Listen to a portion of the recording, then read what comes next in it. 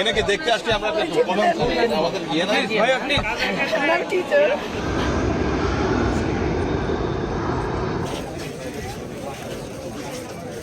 Main গেটে পায়ে গেছে, হঠাৎ করে একটা শব্দ হয়, তারপরে দেখি যেখান থেকে ধোঁয়া বার হয়ে শুরু করছে। বন্ধুরা এখানে কয়েকজন ছিল যারা কোচিং করেছিল, আর কয়েকজন চলে গেছে। এই কর্নারে 3টা ক্লাস পড়াই আমি। প্রতিদিন আমি এইখানে আসছি, কিন্তু গতকালকে ফরচুনেটলি ওকে আমি ইনফর্ম করলাম তুমি মেন গেটে আসো, যেহেতু ওইদিকে রাস্তাটা খারাপ, বাইক নিয়ে ঢুকতে পারি না।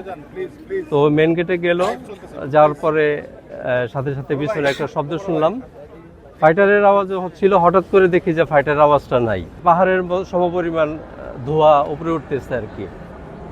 তো ভাবলাম পজিশন দেখে মনে হলো যে এই হায়দার আলীতেই পড়ছে, অথবা এই মাঠ বা রাস্তায় কোথাও একটা পড়ছে আর কি। তো যেহেতু ছোট মেয়ে বাচ্চা আর সবাই ওইদিকে দৌড়াদৌড়িতে ব্যস্ত ছিল, আমি আর বিপরীতমুখী মেয়েকে নিয়ে আসিনি। আমি তো অনেক জায়গায় এরকম গেছি গোয়া কথা শুনে শুনে, কিন্তু কোথাও মেলে না। আইডি আছে, সব কিছু ঠিক আছে। আপনার নাম কি? 2010 তৃতীয় শ্রেণী। আমাকে এই বিমান দুর্ঘটনার পর কাল দুপুর থেকে আমরা প্রতিটা হসপিটালে এবং এই স্কুলেও খোঁজাখুঁজি করেও এখনও তার কোনো সন্ধান আমরা পাইনি।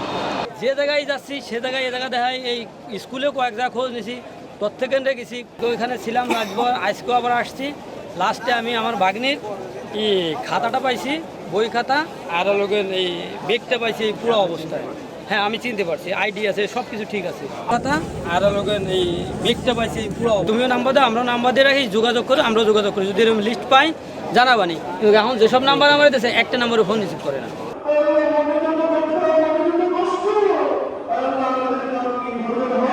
আমাদের এই প্রিয় মাতৃভূমিতে আপনাকে